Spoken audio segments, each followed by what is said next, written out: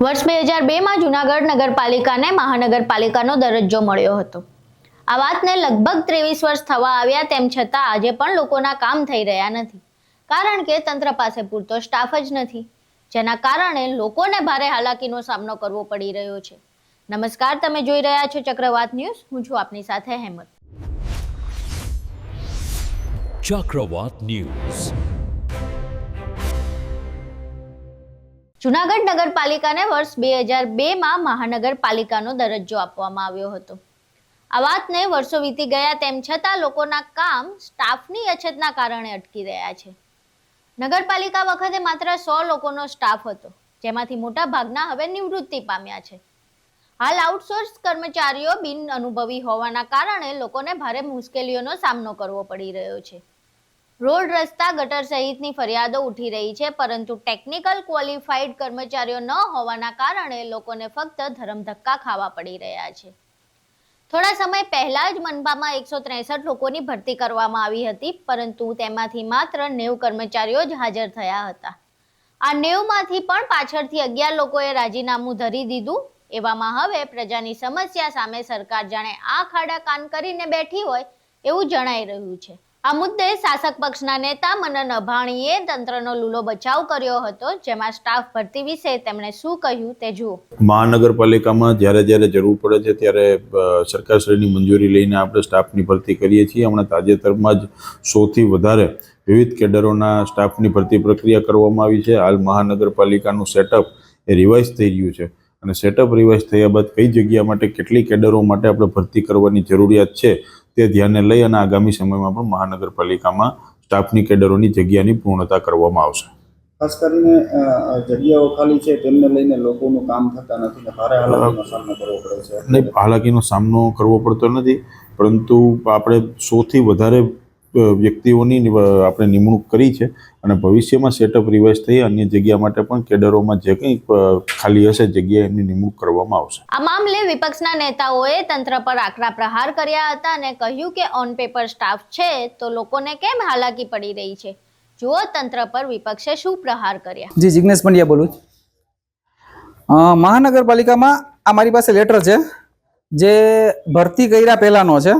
એમાં 30 શાખાનું નામ લખેલું છે ટોટલી, એટલે 30 શાખામાં કર્મચારી 1146 તરીકે દર્શાવેલા છે આ લેટરમાં।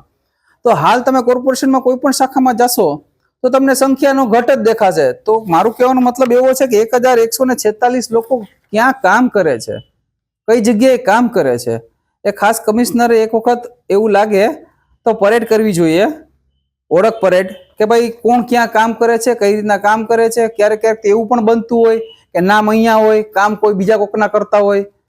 ખાસ કરીને વાત કરીએ તો લોકોને ભારે હાલાકીનો સામનો કરવો પડે છે સ્ટાફની અછતને લઈને। લોકોના કામ નથી થતા, શું કહેશો? હાલ જોવા જઈએ તો જેમ કહેવાય ને કે એકબીજાને ખો આપતા હોય છે। મહાનગરપાલિકામાં કોઈ પણ કામમાં તમે આવો છો તો તમને ખો આપવામાં આવે છે। ખો આપવામાં આવે છે એ પાછળનું કારણ જ છે માત્ર એક જ વસ્તુનું કે સ્ટાફની અછત। પણ ઓન પેપર ઉપર તો સ્ટાફ દેખાય છે, તો સ્ટાફ છે ક્યાં? અનક્વોલિફાઈડ સ્ટાફ છે, શું કહેશો? અનક્વોલિફાઈડ સ્ટાફ છે તો ક્યારેક ક્યારેક એવું પણ બનતું હોય છે કે ભાઈ કાં શાખા અધિકારીને આવડત નથી કામ લેવડાવવાની, અને શાખા અધિકારી જ એવા લોકોને બનાવી દીધા છે કે જે ક્યાંક ને ક્યાંક અટવાયેલા હોય છે, ફસાયેલા હોય છે, તો કામ ક્યાંથી કઢાવી શકે?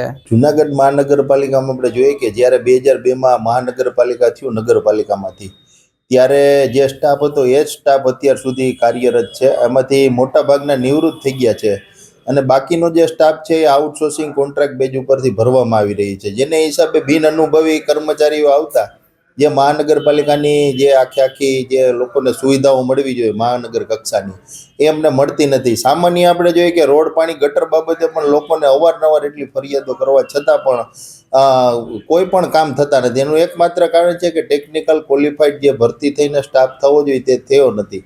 163 જણાની હમણાં હાલ ભરતી કરવામાં આવી, તેમાં માત્ર 90 જ હાજર થયા।